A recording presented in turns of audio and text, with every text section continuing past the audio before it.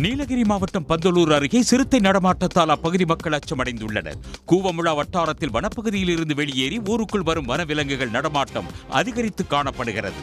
குறிப்பாக தேயிலை தோட்டங்கள் நிறைந்த பகுதிகளில் சிறுத்தை நடமாட்டம் உள்ளது.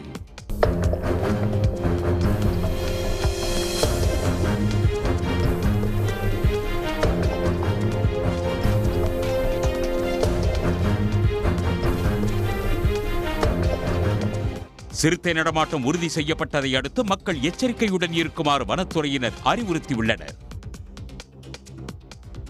நாகை அருகே சாக்கு மூட்டையில் காரைக்கால் மது பாட்டில்களை விற்பனை செய்யும் வீடியோ வெளியாகி உள்ளது. அகலங்கன் கிராமத்தில் பல வருடங்களாக சட்டவிரோத மது விற்பனையில் சிலர் ஈடுபட்டு வருவதாக புகார் எழுந்து வந்தது. இந்த நிலையில் காரைக்கால் மது பாட்டில்களை சாக்கில் வாங்கி வந்து மது பிரியர்களிடம் விற்கும் வீடியோ வெளியாகி உள்ளது.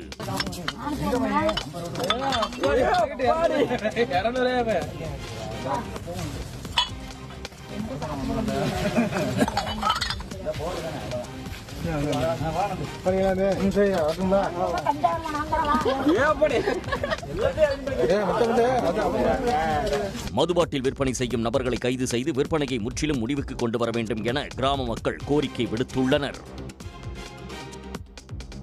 மயிலாடுதுறையில் 6 கோயில்களில் திருப்பணி தொடங்க வலியுறுத்தி அகில பாரத இந்து மகாசபா கட்சியினர் இணை ஆணையர் அலுவலகத்தில் சங்கு ஊதி மனு கொடுத்தனர். கஞ்சனூர் சுயம்பிரகாசர் கோயில், காசி விஸ்வநாதர் கோயில், சூரியனார் கோயில், சுக்கிரன் கோயில், கும்பகோணம் ஏரகரம் கந்தசுவாமி கோயில், மாங்குடி சிவலோகநாதர் சுவாமி கோயில்களில் திருப்பணிகளை தொடங்க வலியுறுத்தி சங்கு ஊதியவாறு கோரிக்கைகளை வலியுறுத்தினர்.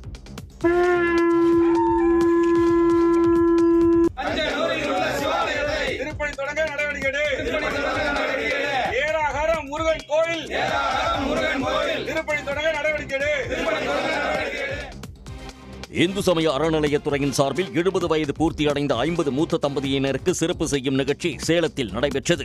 இந்து சமய அறநிலையத்துறையின் சார்பில் மணிவிழா கண்டு 70 வயது பூர்த்தியடைந்த ஆன்மீக ஈடுபாடு உள்ள தம்பதியர்களுக்கு சிறப்பு செய்யும் நிகழ்ச்சி சேலம் கோட்டை அழகிரிநாதர் சுவாமி கோயிலில் நடைபெற்றது. அமைச்சர் ராஜேந்திரன் கலந்து கொண்டு மூத்த தம்பதிகளுக்கு பட்டுப்புடவை, வேட்டி சட்டை, குங்குமச்சிமிழ் உள்ளிட்ட 11 வகையான சீர்வரிசைகள் வழங்கி வாழ்த்து தெரிவித்தார்.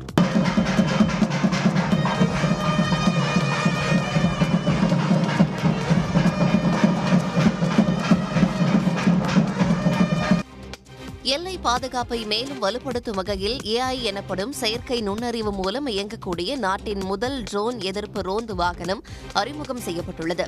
ஹைதராபாத்தை தலைமையிடமாக கொண்ட பாதுகாப்பு தொழில்நுட்ப நிறுவனம் தயாரித்துள்ள இந்த வாகனத்திற்கு இந்திரஜால் ரேஞ்சர் என்று பெயரிடப்பட்டுள்ளது.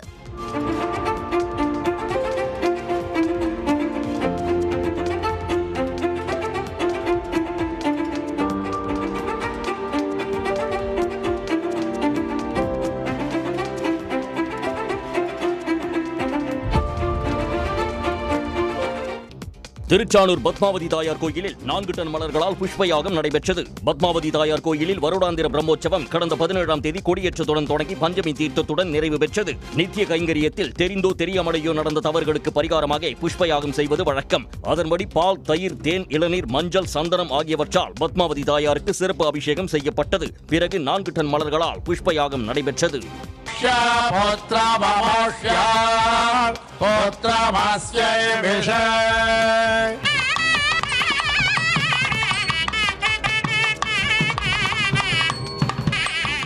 இதில் சாமந்தி, சம்பங்கி, ரோஜா, மல்லிகை, தாழம்பூ, கனகாம்பரம், தாமரை, முல்லை, மனுசம்பங்கி, செண்டு, பவழப்பூக்கள், மருவம், தவனம், வெல்வம், துளசி போன்ற இலைகள் உள்ளிட்ட 12 வகையான பூக்கள் பயன்படுத்தப்பட்டன. வத்தலகுண்டு அருகே கால்நடை மருத்துவர் வீட்டில் நகை, பணம் கொள்ளை போன சிசிடிவி காட்சிகள் வெளியாகியுள்ளது. கொண்டம்பட்டி விரிவாக்க குடியிருப்பு பகுதியில் வசிக்கும் கவின் தனது குடும்பத்துடன் தனது சொந்த ஊருக்கு சென்றார். 3 நாட்களுக்கு பிறகு மீண்டும் வீடு திரும்பிய போது கதவு உடைக்கப்பட்டு பீரோவில் இருந்த 2 சவரன் நகை, மடிக்கணினி மற்றும் 50,000 ரூபாய் பணம் கொள்ளை போனது கண்டுபிடிக்கப்பட்டது. சிசிடிவி காட்சி அடிப்படையில் கொள்ளையரை போலீசார் தேடுகின்றனர்.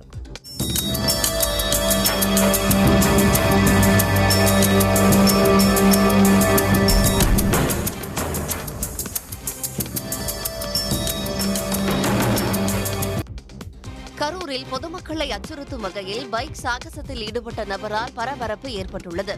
பைக்கில் படுத்தபடியும் அமர்ந்தபடியும் வாகனத்தை இயக்கிய நபரின் வீடியோ வெளியாகியுள்ளது.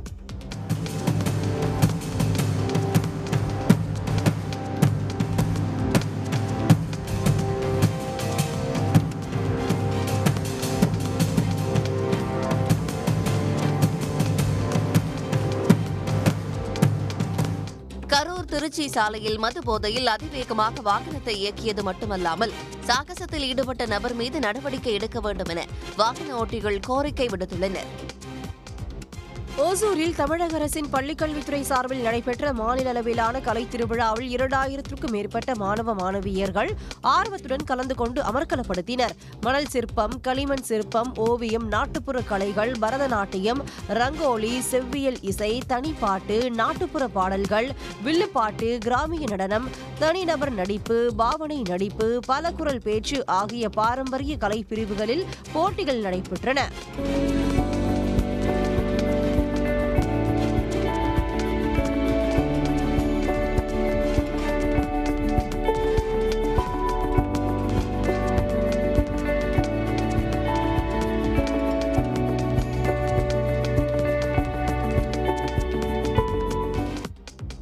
நீலகிரி மாவட்டம் கூடலூர் அருகே வளர்ப்பு யானையுடன் இணைப்பிரியா நண்பனாக மாறிய காட்டு யானை விட்டுப்பிரிய மனமில்லாமல் வளர்ப்பு யானைகள் முகாமையே சுற்றி வருகிறது. அபியாரண்யம் வளர்ப்பு யானைகள் முகாமில் இந்த சம்பவம் பார்வையாளர்களின் கவனத்தை ஈர்த்துள்ளது. திருவண்ணாமலை அண்ணாமலையார் கோயிலில் போர்ச்சுகல் நாட்டு பக்தர்கள் சாமி தரிசனம் செய்தனர். திருவண்ணாமலைக்கு இந்தியா முழுவதும் இருந்து மட்டுமின்றி வெளிநாடுகளில் இருந்து பக்தர்கள் வருவது வழக்கம். திருவண்ணாமலையில் தீபத் திருவிழா நடைபெற்று வரும் நிலையில் போர்ச்சுகல் நாட்டைச் சேர்ந்த 25 பேர் அண்ணாமலையார் கோயிலில் வழிபட்டனர். மகிழமரம் அருகே அமர்ந்த வெளிநாட்டு பக்தர்கள் கூட்டு பிரார்த்தனை செய்தனர். போர்ச்சுகல் நாட்டைச் சேர்ந்த ஒருவர் அண்ணாமலையாரை பற்றி தலவரலாறு கூறினார்.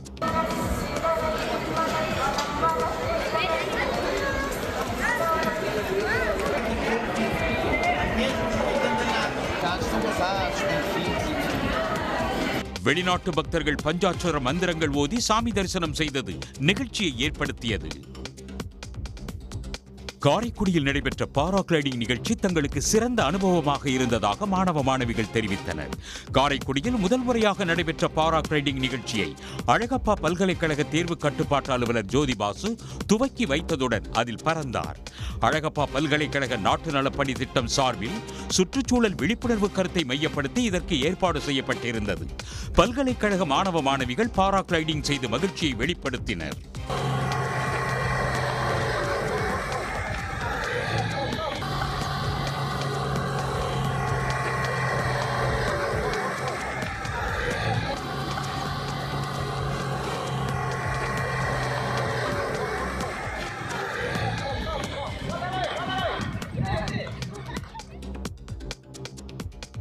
மதுரை விமான நிலையத்தில் வெடிகுண்டு பாதுகாப்பு ஒத்திகையை மத்திய தொழில் பாதுகாப்பு படை வீரர்கள் தத்ரூபமாக நிகழ்த்தி காட்டினர். விமான நிலைய முனைய மேலாளருக்கு தொலைபேசி மூலம் விமான நிலையம் புறப்பாடு அறையில் பயணிகளின் பையில் வெடிகுண்டு இருப்பதாக தகவல் கிடைப்பது போன்றும் மத்திய தொழில் பாதுகாப்பு படையினர் வெடிகுண்டு தடுப்பு பிரிவினர் மோப்ப நாய்கள் மூலம் அங்கு விரைந்து பயணிகள் அனைவரையும் பரிசோதிப்பது போன்றும் நடித்து காட்டினர். பையை கண்டுபிடித்து வெடிகுண்டை அப்புறப்படுத்துவது போல் ஒத்திகையில் ஈடுபட்டனர்.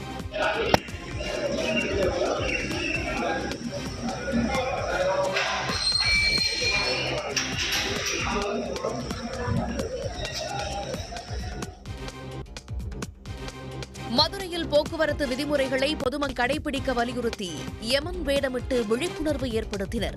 போக்குவரத்து விதிமுறைகளை கடைபிடிக்க வேண்டும், குடித்துவிட்டு வாகனம் ஓட்டக்கூடாது, செல்போன் பயன்படுத்திக் கொண்டு வாகனம் ஓட்டக்கூடாது என்று மதுரையில் விழிப்புணர்வு நாடக நிகழ்ச்சி நடத்தப்பட்டது.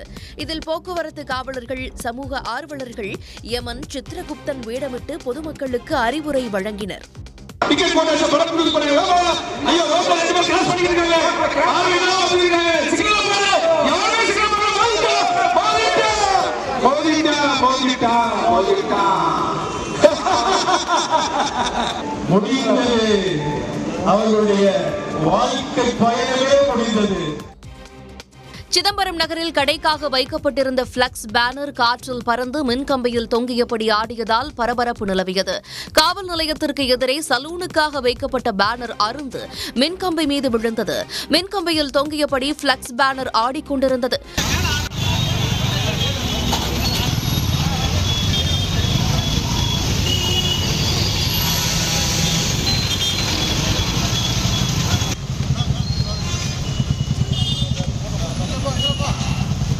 உடனே மின்சாரத்தை நிறுத்தி மின்கம்பியில் தொங்கிக் கொண்டிருந்த பேனரை அகற்றினர். காரைக்காலில் சட்ட நாள் விழாவை அரசு விழாவாக கொண்டாட வலியுறுத்தி விடுதலை சிறுத்தை கட்சியினர் கண்களில் கருப்பு துணி கட்டி ஆட்சியர் அலுவலகத்தை முற்றுகையிட முயன்றனர். காரைக்கால் மாவட்டத்தில் சட்ட நாள் விழாவை அரசு விழாவாக கொண்டாடி ஆட்சியர் அலுவலகம் எதிரே அமைந்துள்ள அம்பேத்கர் சிலைக்கு மாலை அணிவித்து மரியாதை செலுத்த வேண்டும் என்று வலியுறுத்தி விடுதலை சிறுத்தை கட்சியினர் கண்களில் கருப்பு துணி கட்டி ஆட்சியர் அலுவலகத்தை முற்றுகையிட முயன்றனர். போலீசார் தடுத்ததால் இருதரப்புக்கும் இடையே தள்ளுமுள்ளு ஏற்பட்டது.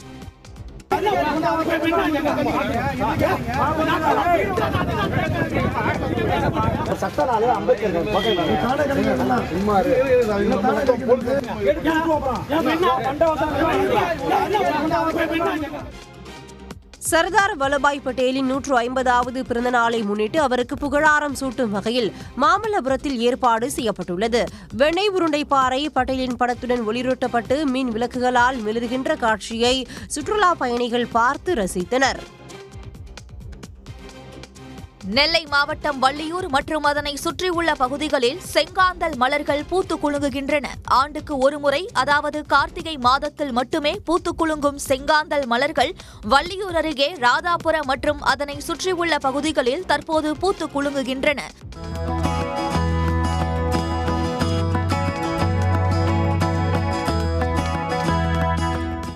மருத்துவ குணம் கொண்ட செங்காந்தல் மலர் செடிகளை வளர்க்க நடவடிக்கை எடுக்க வேண்டும் என்று பொதுமக்கள் கோரிக்கை விடுத்துள்ளனர். கும்பகோணம் ஆதிகும்பேஸ்வரர் ஆலயத்தில் பிரபல மலையாள நடிகர் ஜெயராம் குடும்பத்துடன் சுவாமி தரிசனம் செய்தார். பின்னர் கோயில் யானை மங்களத்திற்கு அவர் பழங்களை வழங்கினார்.